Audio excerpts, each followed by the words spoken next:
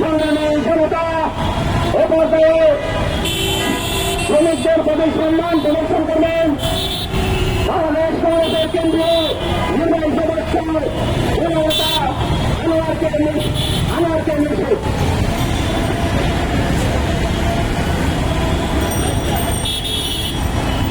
সংগ্রামী ছাত্র বন্ধুগণ, আজকে 1 মে বাংলাদেশ কংগ্রেস কর্তৃক আয়োজিত আন্তর্জাতিক শ্রমিক দিবস উপলক্ষে শ্রমিক মহাসড়ক সমাবেশ এবং শুভযাত্রার আমি শুভকামনা করি।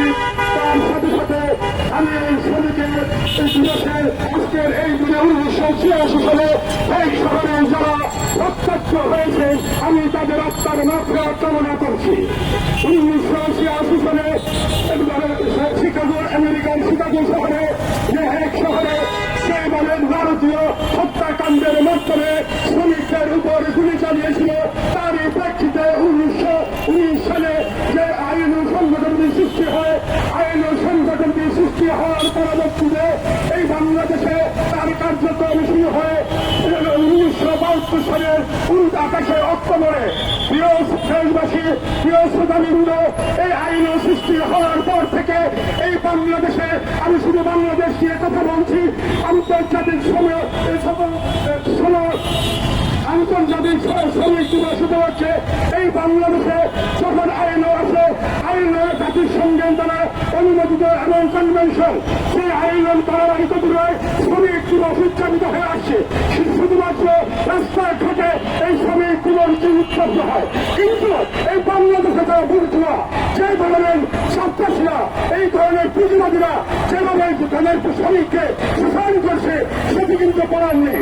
শুধুমাত্র আজকের দিনটি সমাজের কিন্তু এটা স্তম্ভিত থাকতে পারে না।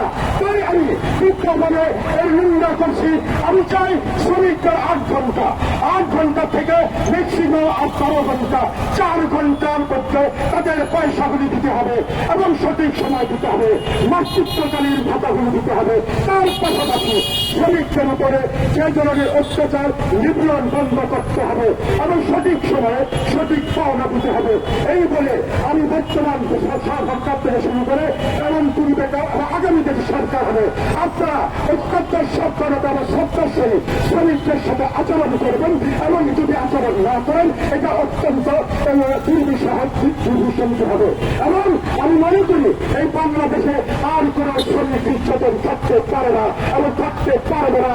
এটার ভিতরে সূত্রে যার পুঁজিবাতেরা। ধন্যবাদ সবাইকে।